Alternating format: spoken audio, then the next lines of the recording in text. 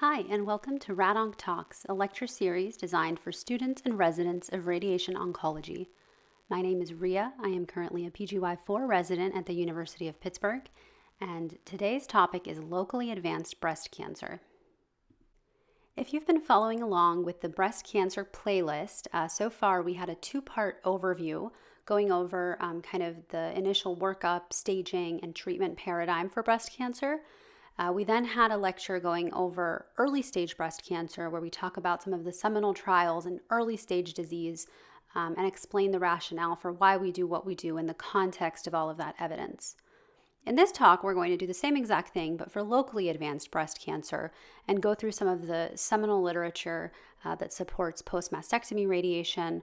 We'll talk about radiation in the context of neoadjuvant and adjuvant chemotherapy. We'll talk about lymph nodes as well and management of lymph nodes in the setting of neoadjuvant chemotherapy. Again, as I said, in early stage breast cancer, there is a ton of literature out there for breast cancer, and it would be impossible to cover everything. I've tried to select some of the biggest trials that come up and that are important for board exams and really relevant to our clinical practice.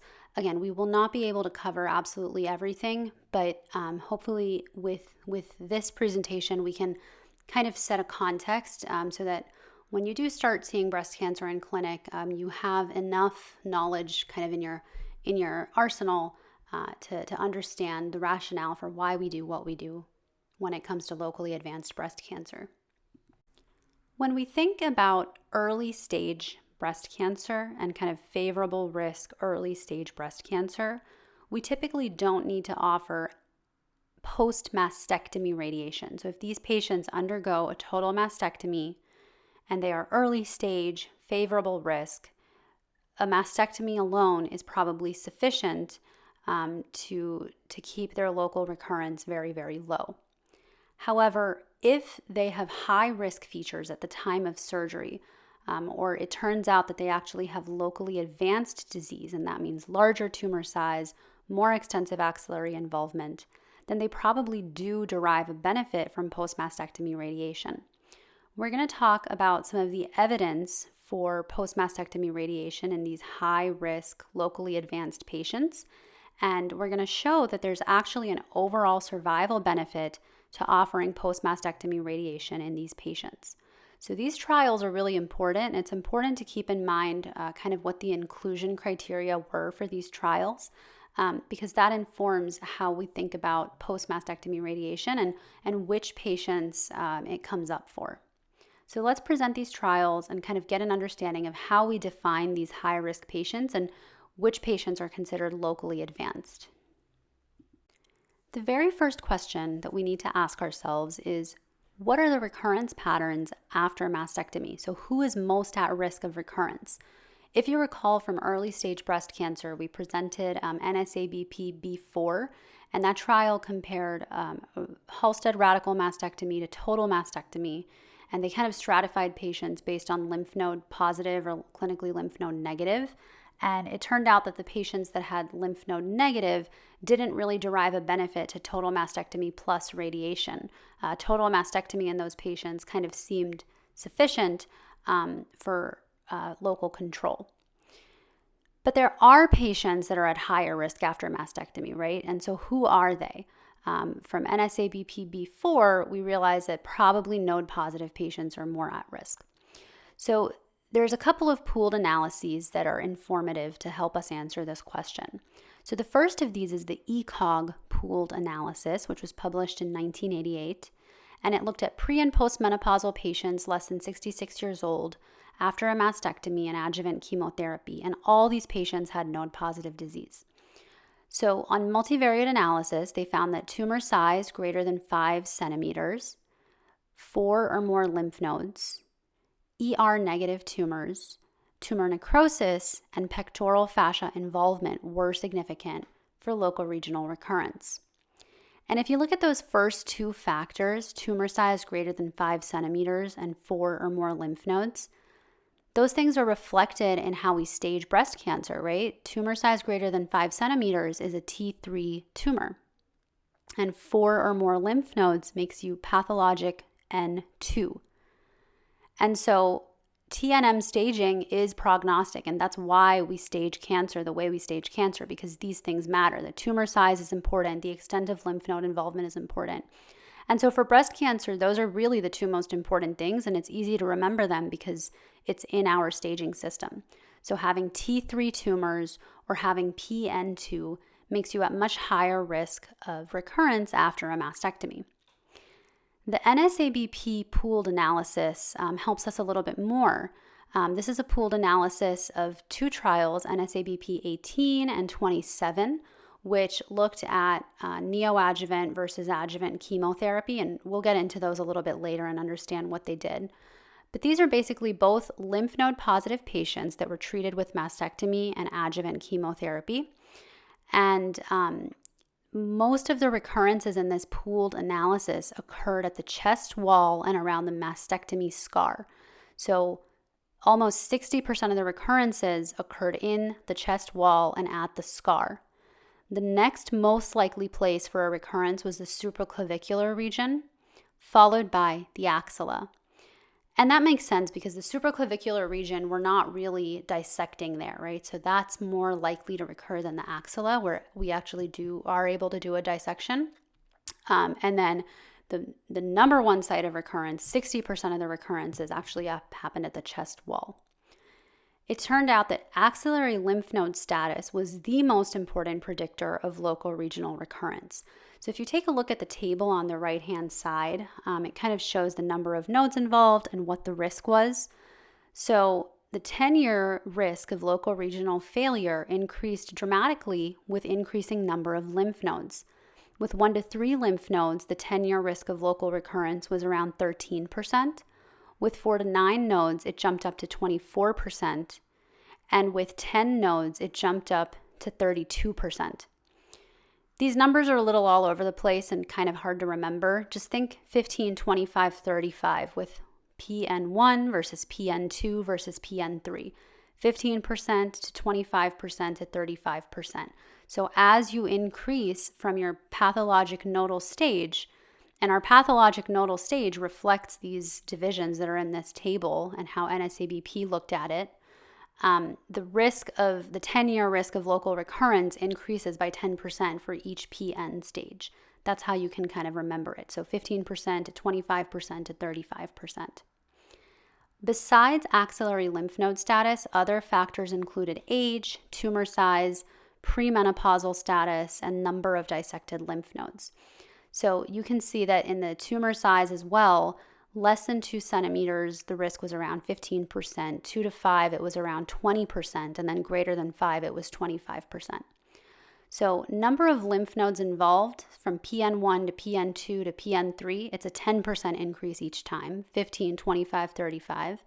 For tumor size, it's still important, but it's less of a jump, right? So from T1 disease to T2 to T3, we still start at 15%, but then we just jump up to 20% to 25%.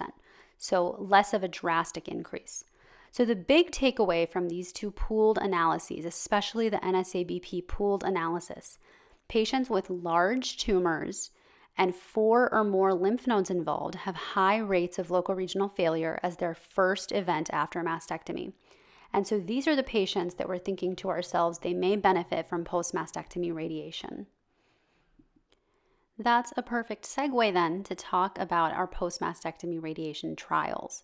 And the DBCG trials are two very important trials. They are 82B and 82C, and we will talk about both.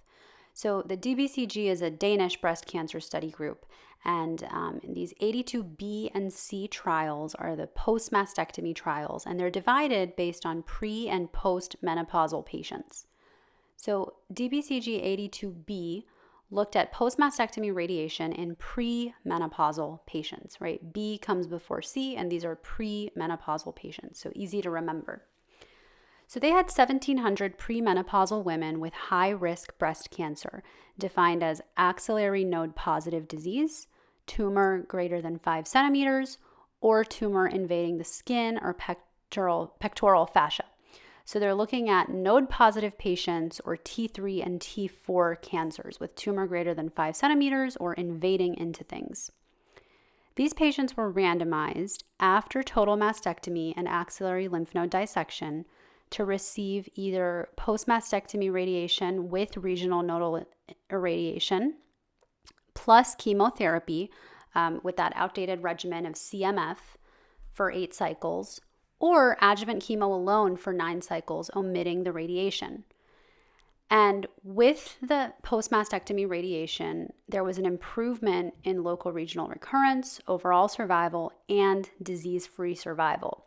So you can see that improvement in overall survival in the Kaplan-Meier curve. And if you take a look at the table, the local regional recurrence decreased from 32% with chemotherapy alone down to 9% with post-mastectomy radiation. So we see a third of the risk of local regional recurrence by adding post-mastectomy radiation. The disease-free survival improved by a little over 10%, 48% from 34%. And the overall survival also improved 10%, 54% versus 45%. So this is really incredible, right? Adding post-mastectomy radiation in these premenopausal high-risk women defined as axillary node positive or tumor greater than 5 centimeters or tumor invading into the skin and pec fascia, we see an improved overall survival with post-mastectomy radiation. In the 82B trial, remember from NSABP pooled analysis, we talked about how most of the recurrences were on the chest wall. They saw the same exact thing. 50% of the recurrences were on the chest wall. So that is really the most common site of recurrence. So the big takeaway from Danish 82B trial is that post-mastectomy radiation with regional nodal irradiation plus chemo following total mastectomy and lymph node dissection improves overall survival in high-risk premenopausal breast cancer patients. And don't forget how they defined high risk. It was axillary node positive, tumor greater than 5 centimeters, or tumor invading into the skin and pectoral fascia. Danish 82C looked at post-menopausal patients with the same inclusion criteria. So axillary lymph node positive, tumor greater than 5 centimeters, or tumor invading the skin or pectoral fascia. And the only difference between this trial, other than the patients being post-menopausal, is that after total mastectomy and axillary lymph node dissection, these patients were randomized to either tamoxifen alone or tamoxifen with post-mastectomy radiation, including regional lymph node irradiation. So because these are post-menopausal patients, they're older, so they're considered lower risk. So instead of giving them chemotherapy, they're just getting endocrine therapy. The results, however, were pretty much the same. If you look at the table on the bottom right-hand corner, the local regional recurrence was very similar to what we saw in 82B, and the post-mastectomy radiation reduced risk of local recurrence from 35% down to 8%. The disease-free survival and the overall survival also both improved by just around 10% with the addition of post-mastectomy radiation. So the same exact results, and very, very importantly, we are seeing an overall survival improvement, which is really important to note, around a 10% improvement in overall survival. Other things that are important to note in this trial, the radiation patients were more likely to have a distant first site of failure as opposed to a local first site of failure, which makes sense because we're offering improved local control in addition to the improved overall survival. And more than half of the recurrences did occur within the chest wall, though. So again, reinforcing that chest wall is the most common site for these tumors to recur. So Danish 82B and 82C looked at pre- and post-menopausal patients, axillary lymph node positive, tumor greater than 5 centimeters, tumor invading the skin or pectoral fascia, and they showed an improvement in local control, disease-free survival, and most importantly, overall survival in these high-risk patients.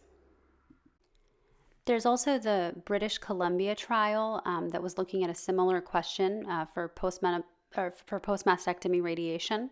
This was a smaller trial, only 380 women, and they include any patients with pathologic node-positive disease after modified radical mastectomy and axillary lymph node dissection. And they also received adjuvant chemotherapy, and they were randomized to either no further therapy or post-mastectomy radiation, again with the inclusion of comprehensive regional nodal irradiation. And their 20-year results were very, very similar to what we saw in the Danish trials. Their disease-free survival improved by more than 10%, their overall survival improved by just around 10%, and their local regional failure-free survival also significantly improved with the addition of post-mastectomy radiation. In terms of toxicity, it was low in both arms, but they did see increased cardiac deaths with post-mastectomy radiation.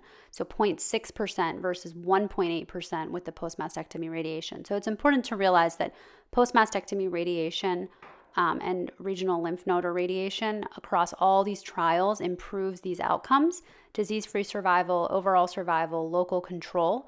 Remember, British Columbia just include anyone with pathologic node-positive disease. The cost of post-mastectomy radiation is increased cardiac toxicity.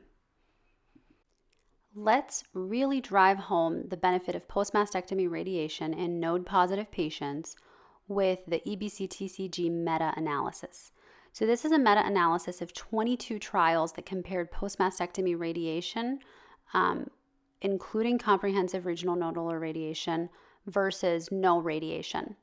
And it turns out that there is an improvement in local regional recurrence and breast cancer mortality in all patients that have pathologic node-positive disease. So if you take a look at the table, all of these percentages are in the radiation group versus in the no radiation group. And we see that there's really not a benefit to local regional recurrence or breast cancer mortality in the PN0 patients. And actually, the 20-year overall mortality is slightly increased in the radiation arm, 48% versus 42% for the pathologic node-negative patients. If we look at the pathologic node-positive patients, however, which is the second row, there's a significant improvement. So 10-year local regional recurrence goes from around 26% to just at 8%, super similar to what we saw in the Danish trial and in the British Columbia trial. If you look at the 20-year breast cancer mortality in the pathologic node-positive patients, it increases. The breast cancer mortality is improved, I should say, by just around 6% in these patients, or 6 to 8% in these patients.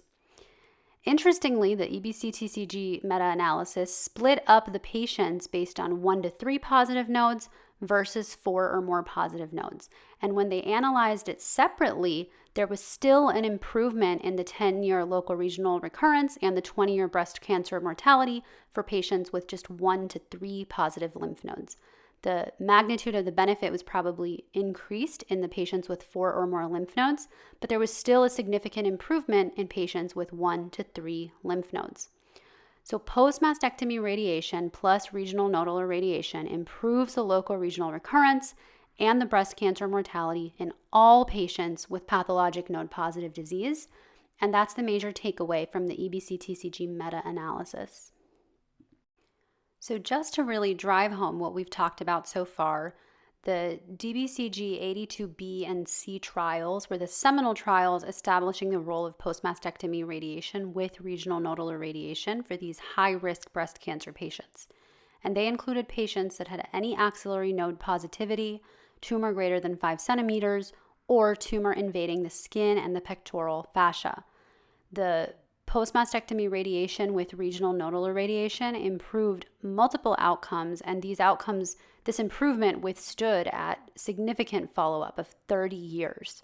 So the local regional improvement, there was around a 3-fold improvement in local regional recurrence. The overall survival improved by around 10%, and the disease-free survival improved by a little over 10%. The British Columbia trial also emphasized this in pathologic node-positive patients, and the EBCTCG meta-analysis showed a benefit to PMRT and RNI in any pathologic node-positive patients, whether you look at patients with 1 to 3 nodes or whether you look at patients with 4 or more positive nodes. So these are kind of the indications for post-mastectomy radiation. In all of these trials that we just presented, the patients were receiving chemotherapy in the adjuvant setting, so following the surgery and axillary lymph node dissection. Nowadays, however, most patients will actually undergo neoadjuvant chemotherapy, which means they'll get upfront chemotherapy if they have locally advanced breast cancer. So let's talk a little bit about the evidence for neoadjuvant chemotherapy and kind of the rationale for that. We already talked about NSABP B18 and B27 in the very beginning, where we went over the pooled analysis. And from this pooled analysis, we learned that after mastectomy, the recurrence is most likely to occur at the chest wall, and that the extent of axillary lymph node involvement and tumor size are most important for predicting the risk of local recurrence. So that was from the pooled analysis. But what these trials were actually investigating was the role of pre-op versus post-op chemotherapy. So NSABP B18 compared pre-op versus post-op AC, which is doxorubicin or adriamycin, which is where the A comes from, plus cyclophosphamide. And what they found is that there was no significant difference in clinical outcomes. It didn't matter when you administered the chemotherapy. So the disease-free survival, the overall survival were the same for pre-op versus post-op. However, with pre-op chemotherapy, more women actually underwent breast-conserving surgery, so 67% in the pre-op arm versus 60% in the post-op arm, and that was significant. So better ability to undergo breast-conserving surgery. NSABP B27 looked at a few things. So it looked at pre-op AC versus pre-op ACT, so now adding docetaxel. And then it also compared pre-op AC to followed by surgery and then T. So a few different ways of administering the chemo. And again, there was no significant difference in the overall survival or disease-free survival between the different groups. However, they actually found that the PCR rate doubled with the addition of pre-op docetaxel. So adding ACT made the PCR rate, the pathologic complete response rate, double from 13% with AC alone to 26% with pre-op ACT. In this trial, the rates of breast conservation were similar. The other thing that is important to note is that pathologic complete response rate is really important because it has prognostic value.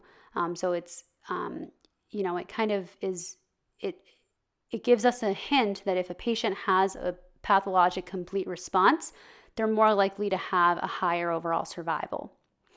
So in trials, it's important to note that PCR should not be used as a surrogate endpoint for overall survival. However, it can be prognostic of overall survival. So what do these two trials tell us? There's no significant difference with pre-op versus post-op chemotherapy. It doesn't matter when you administer it. But neoadjuvant chemotherapy might have some notable advantages. So for one, we saw in NSABP B18 that it can allow for downstaging at the time of surgery and maybe allow for more breast conservation. Additionally, based on the PCR rate after neoadjuvant chemotherapy, that kind of tells us the patient's prognosis based on whether or not they respond. And that can help us to kind of direct further adjuvant therapy, right? So we know that if a patient has a PCR at the time of surgery after neoadjuvant chemotherapy, they probably have a better prognosis than someone that doesn't. And so we can tailor our further adjuvant therapy based on that knowledge. And so nowadays, I would say it's more common to see neoadjuvant chemotherapy with upfront locally advanced disease, especially because we also have better staging modalities and we can stage these patients with breast MRI. So if we know they have locally advanced disease, I would say upfront chemotherapy is kind of the standard. So speaking of tailoring that adjuvant therapy based on the response to neoadjuvant chemotherapy, what exactly do we mean by that? So if a patient receives neoadjuvant chemotherapy for locally advanced breast cancer, and then they go to surgery, and at the time of surgery, they're found to have a pathologic complete response, then at that time, they would probably just proceed with adjuvant radiation if they need adjuvant radiation, and systemic treatment will be kind of determined on what the tumor is. So if it was hormone positive, then they might need endocrine therapy, for example. However, if they have an incomplete response to neoadjuvant chemotherapy, then, it might be beneficial to kind of add some additional chemotherapy in the adjuvant setting to help with the response. And so we have two different trials that looked at this question in HER2 negative versus HER2 positive patients. So the CREATE-X trial looked at patients with HER2-negative breast cancer who had neoadjuvant chemotherapy followed by surgery without a PCR. In this trial, about 70% of the patients were hormone positive and 32% were triple negative. The patients were randomized to either standard adjuvant therapy plus or minus capecitabine, 1250 milligram per meter squared BID, for days 1 to 14 every 3 weeks for 6 to 8 cycles. They actually found that in the adjuvant capecitabine group, the disease-free survival and the overall survival were both significantly improved. So there was around a 6% improvement in the disease-free survival and a 5% improvement in the overall survival with the addition of capecitabine in the adjuvant setting. There was a greater magnitude of benefit in the triple-negative breast cancer patients.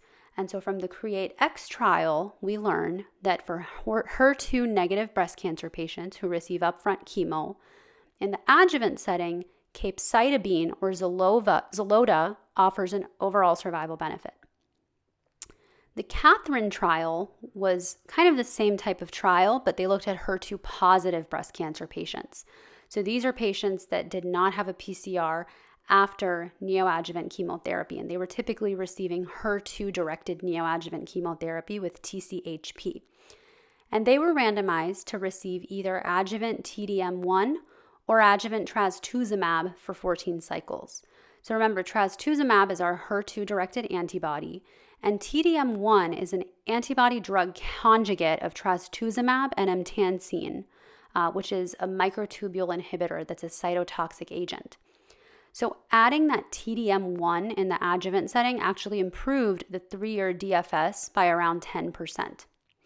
So the takeaway from this is that if patients have residual disease after neoadjuvant chemotherapy, the adjuvant therapy is capecitabine for HER2-negative disease and TDM1 for HER2-positive disease.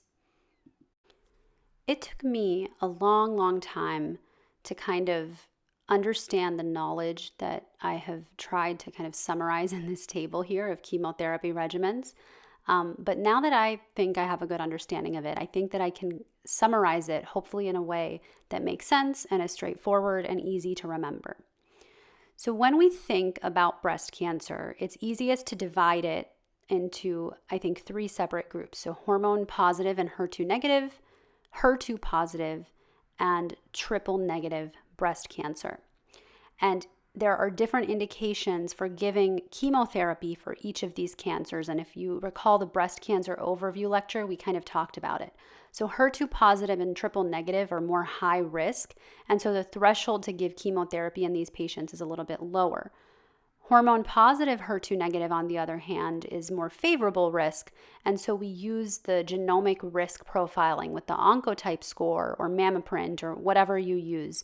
But we typically use something like Oncotype to determine if patients need chemotherapy. Okay. Hormone positive patients that are hormone positive HER2 negative have the worst PCR rates. They are the least likely to respond to neoadjuvant chemotherapy. That's just the nature of these tumors. Triple negative breast cancer, on the other hand, tend to have the best responses to neoadjuvant chemotherapy with around 65% PCR rates. HER2 positive have a decent response with around 60% PCR rates. And I think hormone positive HER2 negative are notoriously the worst with PCR rates of only around 10 to 20%. So just remember, hormone positive HER2 negative, unlikely to have PCR to neoadjuvant chemo. Triple negative and HER2 positive, way more likely. Now, what are the typical regimens that we use? So in the neoadjuvant setting, ACT, like we saw in NSABP B27, is probably the most common. And if they don't have a PCR, then Xeloda in the adjuvant setting. For HER2 positive, TCHP is typically used in the neoadjuvant setting. And if they don't have a PCR, then TDM1 adjuvantly. And finally, for triple negative breast cancer, based on the results of Keynote 522, which used pembrolizumab, for node-positive patients or patients with tumor greater than 2 centimeters, we can add pembrolizumab to TCAC and then give capecitabine in the adjuvant setting if they don't have a PCR to that. And typically also pembrolizumab based on the Keynote 522 trial. And so this is kind of the chemotherapy regimens in a nutshell. There are a lot more regimens out there, but these are some of the preferred ones from NCCN. And these are some of the ones that I have learned and seen most frequently used in clinic. So hopefully this kind of helps to summarize how we think about chemotherapy for locally advanced breast cancer. Now, what are some of the indications for post-mastectomy radiation after a patient has received neoadjuvant chemotherapy? Remember, if a patient receives breast-conserving surgery, even if they have a pathologic complete response rate, we always give radiation in that setting because we know that that's based on our trials that we talked about in early stage breast cancer, where if a patient has a lumpectomy, they kind of need to get radiation to decrease that risk of local control. But what about post-mastectomy radiation, right? If they get neoadjuvant chemotherapy and then they have a really, really good response, when do they still need post-mastectomy radiation? So let's try to shed some light on this topic.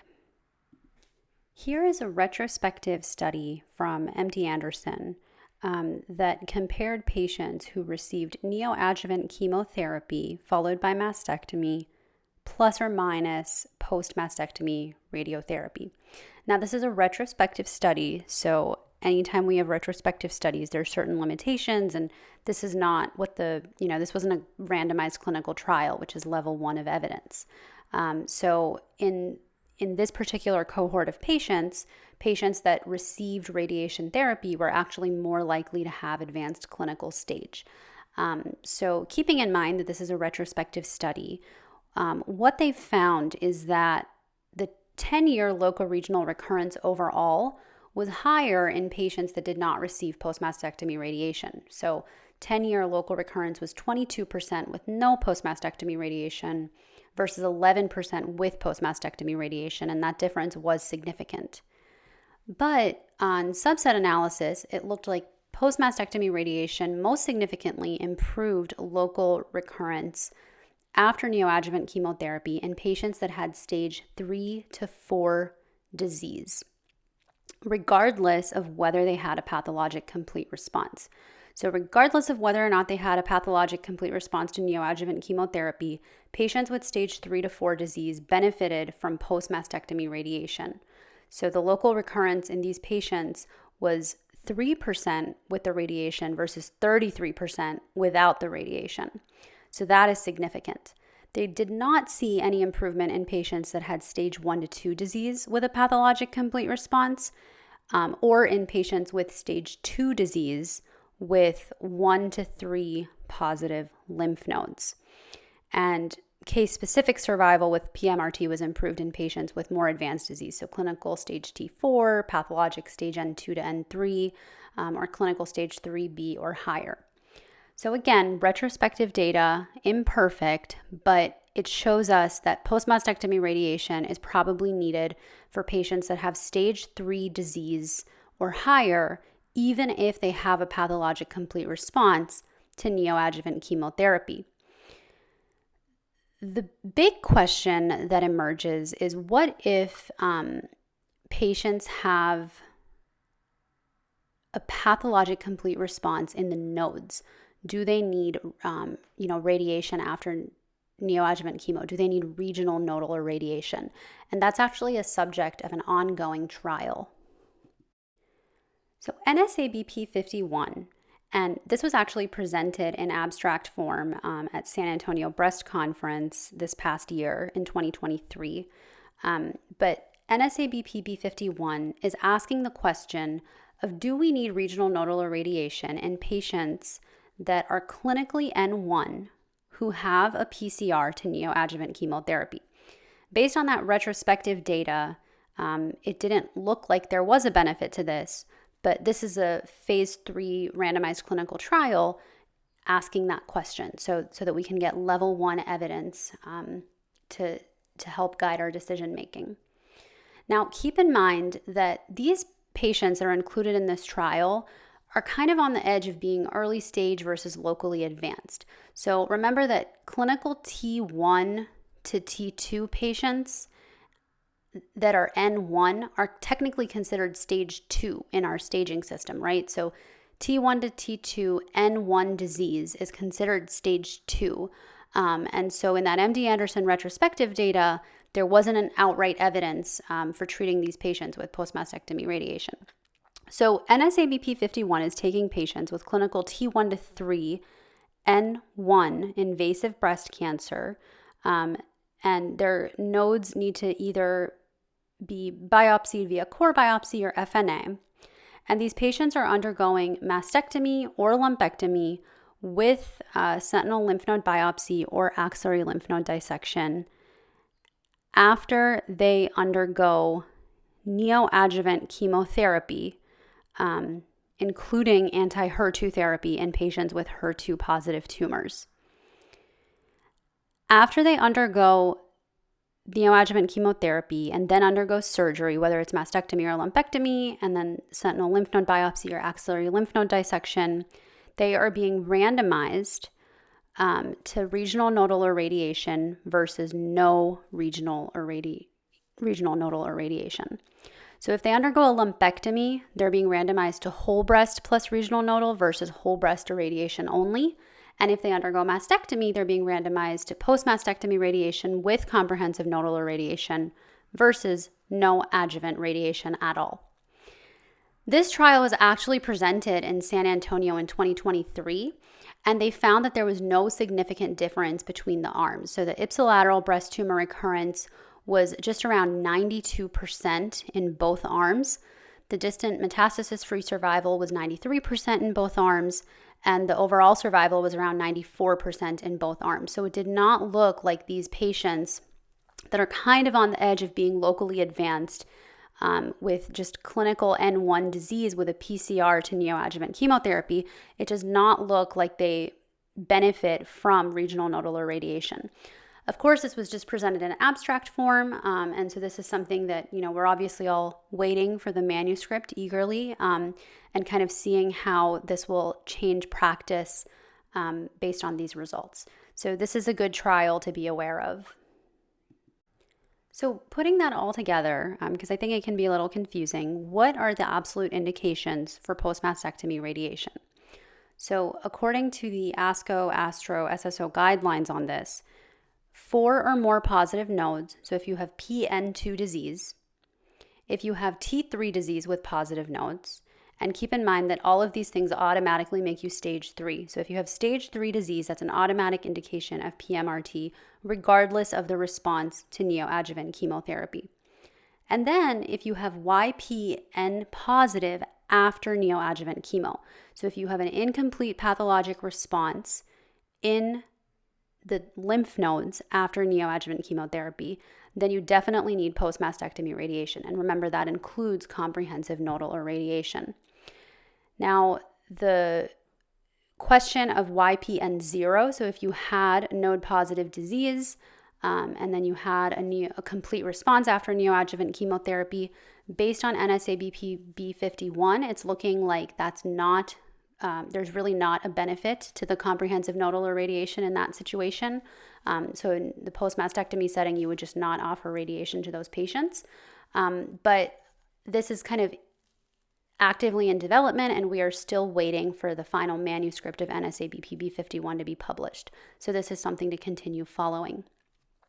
When we're doing PMRT, remember, we're including the chest wall and regional nodal irradiation. So that includes the chest wall or the reconstructed breast, supraclavicular and undissected axillary nodes, and internal mammary nodes as well. For T3N0 disease, because keep in mind, T3N0 is also it's still stage 2 disease. We think about considering other risk factors, such as if they have LVSI, if they have grade 3 disease, if they have a young age. So again, nothing in medicine is black and white. You really do have to think about all these other risk factors. But based on these guidelines and based on everything we've presented, these are kind of the absolute indications for post-mastectomy radiation. 2 other questions you might have about the post-mastectomy radiation are use of boost and use of bolus. So regarding boost, I don't know this has actually been studied prospectively, but typically based on retrospective data, you can consider a boost for patients that have a close or positive margin, so a boost to the chest wall scar, and also patients with very locally advanced breast cancer, especially if they had a poor response to primary chemotherapy, that tells you it's more aggressive, or if they have inflammatory breast cancer. These are all indications that the disease is more aggressive and might benefit from a boost. Regarding use of bolus in the post-mastectomy setting, there's EORTC guidelines that say that bolus should be used very selectively because it really increases skin toxicity. So we only use bolus if there's a high risk of skin involvement and the skin is not covered by the 95 to 100% isodose line. So when is that? If there's a positive anterior margin and the overlying skin was not removed, if it's inflammatory breast cancer, if you're treating something like a chest wall recurrence, or if you're treating like an inoperable breast cancer or a fungating mass, that's typically when we think about applying bolus. We're going to end by talking about nodes, a note about nodes. We'll talk about sentinel lymph node biopsy, especially in the setting of neoadjuvant chemotherapy, and also address the question of radiation to the internal mammary lymph nodes. A bit of a recap from the prior lecture on early stage breast cancer. We talked about these different trials, NSABP B32, Amaros trial, and ACOSOG Z11.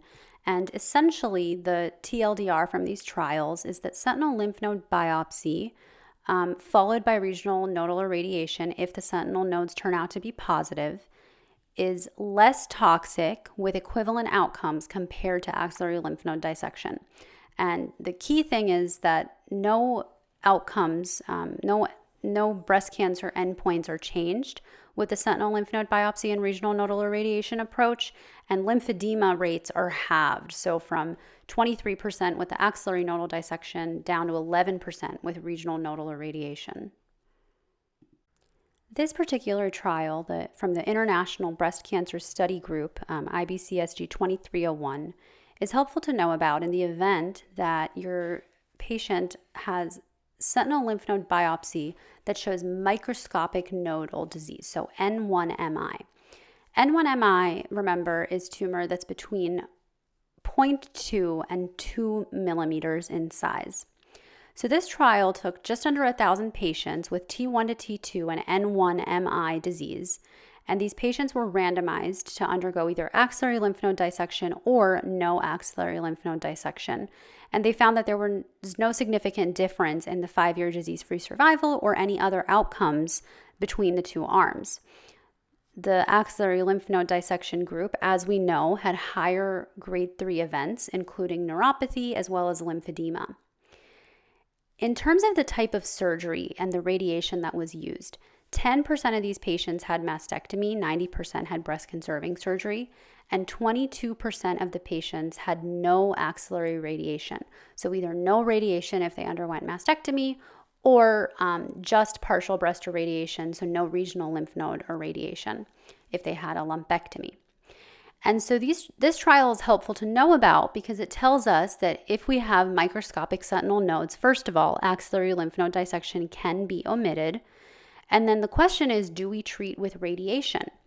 So remember, these are kind of lower stage patients. So they have T1 to T2 disease and they are N1 microscopic positive. So if they had a mastectomy, we can probably omit radiation.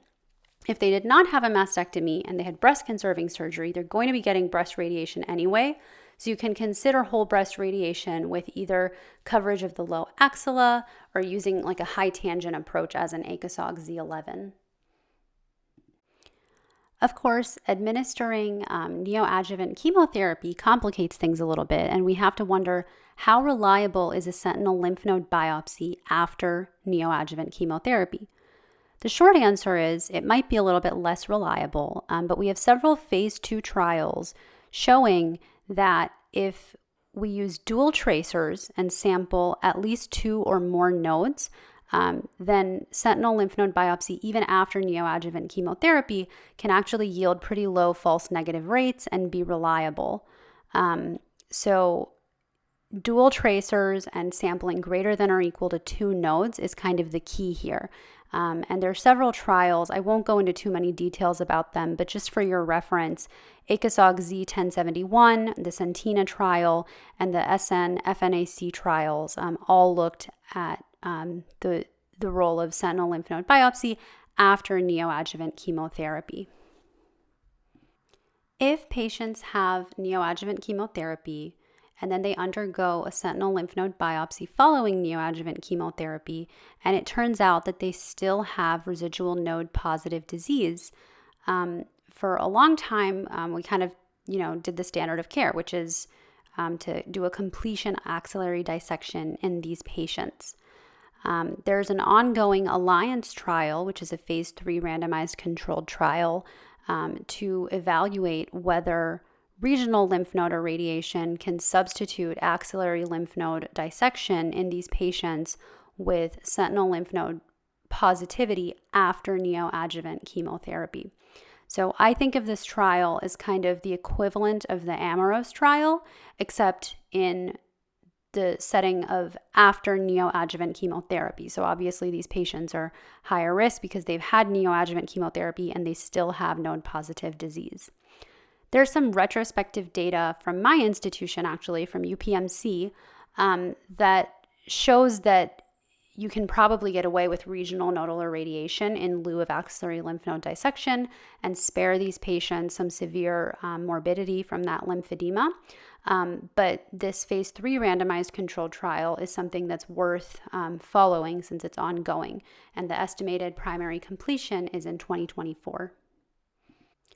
The final little controversy that we will address when it comes to lymph node management is this question of internal mammary lymph nodes.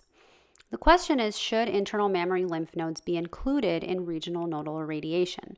And we're not going to get too much into the technique of how radiation is delivered, but you can imagine, because these internal mammary lymph nodes are located just lateral to the sternum, when we want to include them, whether we're trying to include them with photons or whether we're doing an electron-photon match, it ends up increasing the dose to the heart. And with regional nodal irradiation, we saw in our earlier trials that there is an increased risk of cardiotoxicity. And so if we can spare patients this long-term risk of cardiotoxicity by avoiding internal mammary lymph node radiation, then, that would be good. But the data suggests that internal mammary nodal radiation is probably important and it probably has a benefit. So the first evidence that we have is 3 randomized post-mastectomy radiation trials, which we presented earlier in this talk, right? The DBCG 82B, 82C, and the British Columbia trials. They all showed a benefit to regional nodal irradiation with PMRT, and they all treated the IMNs. The other 2 trials, which we also presented in the early stage breast cancer talk, were MA20 and EORTC 22922. They also both treated IMNs, and they both showed a 3 to 5% disease-free survival benefit at 10 years. So the post-mastectomy trials and the regional nodal irradiation trials both included the internal mammary lymph nodes, and they both showed a benefit.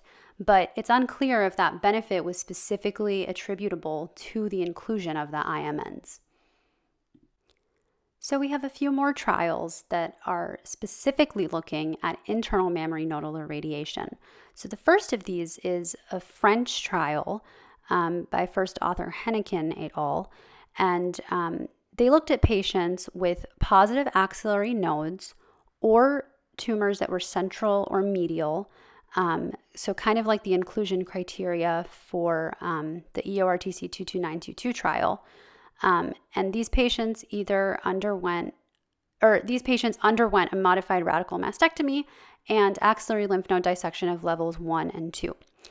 After surgery, they were randomized to receive either post-mastectomy radiation with supraclavicular coverage plus or minus internal mammary nodal irradiation. And the internal mammary nodal irradiation consisted of the first 5 intercostal spaces. So this is, now we're truly looking at randomizing to plus or minus specifically IMN radiation. And this particular trial was powered for overall survival, and they did not see a 10-year overall survival benefit.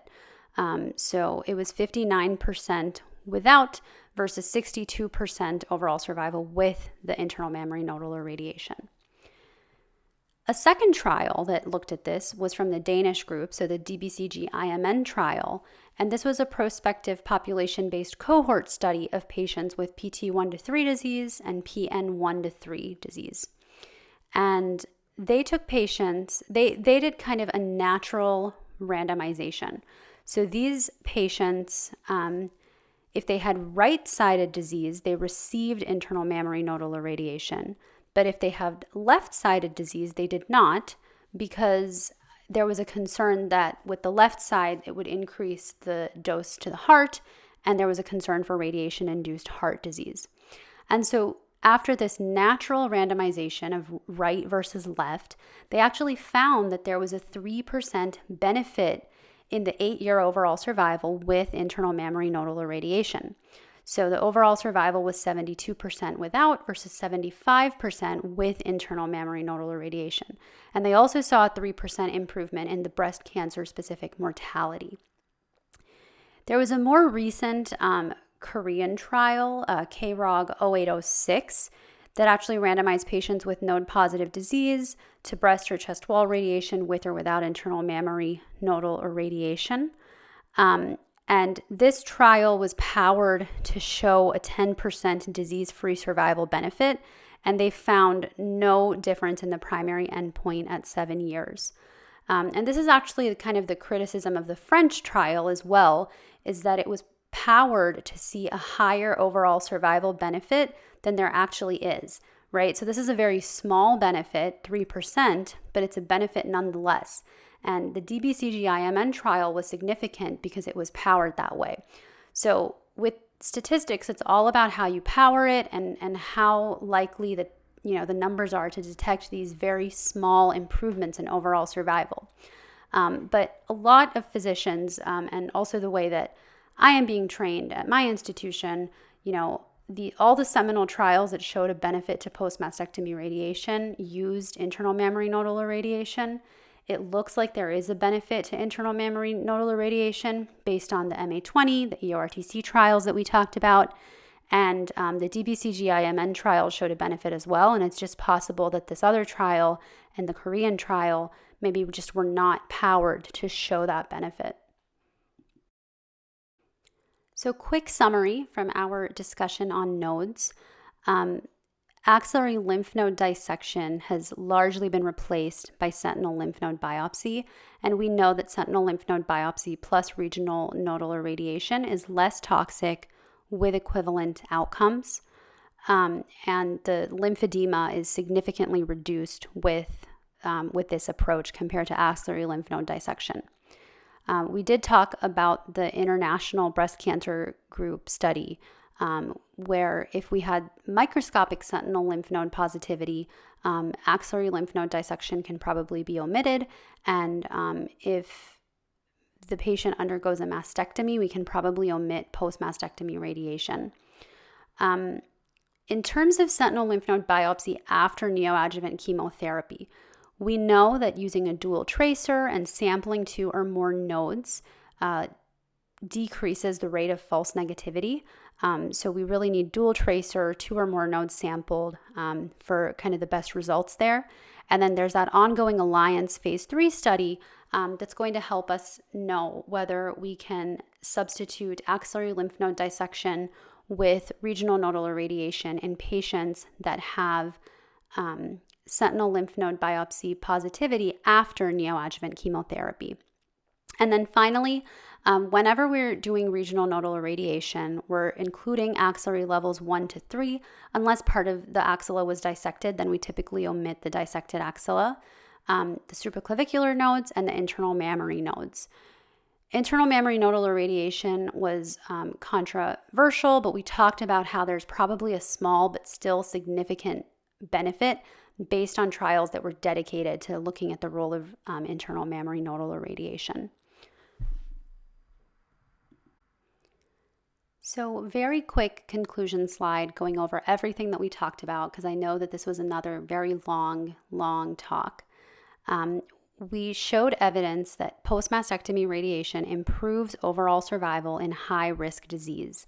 And remember, in the Danish 82B and C trials, high-risk disease was patients with positive axillary nodes, tumor greater than 5 centimeters, or invasion to the skin and pectoral fascia. We talked about the role of neoadjuvant chemotherapy and the benefits in that it allows for downstaging, so allowing for more breast-conserving surgery, and it also directs further systemic treatment. And we talked about kind of the adjuvant therapies and the regimens. So for patients that have HER2-negative disease, in the adjuvant setting, we use capecitabine. If it's HER2-positive disease in the adjuvant setting, we use TDM1, or Kadcycla is the brand name. If patients have breast-conserving surgery, they're always going to need radiation after neoadjuvant chemotherapy. But the NSABP 51 abstract suggests that maybe we can omit the regional nodal irradiation if they have a YPN0. So if they have a PCR in the lymph nodes, perhaps we can just omit the regional nodal irradiation in these patients. If patients undergo a mastectomy, remember the indications for post-mastectomy radiation are clinical stage 3 disease or YP node positive after neoadjuvant chemotherapy. And anytime we do post-mastectomy radiation, we're talking about doing chest wall irradiation plus regional nodal irradiation. And then finally, we talked about the role of sentinel lymph node biopsy, and sentinel lymph node biopsy plus regional nodal irradiation allows us to omit axillary lymph node dissection with equivalent outcomes and improved toxicity. And this includes the axillary nodes, the supraclavicular nodes, and the internal mammary lymph nodes. It significantly decreases the risk of lymphedema. And after neoadjuvant chemotherapy, it's a little bit tricky, but we can still get away with it if we do dual tracer and sample at least 2 or more positive nodes. And with that, we have finally made it to the end. So thank you so much for your time. I hope that this was helpful in reviewing some of the evidence for why we do what we do in locally advanced breast cancer.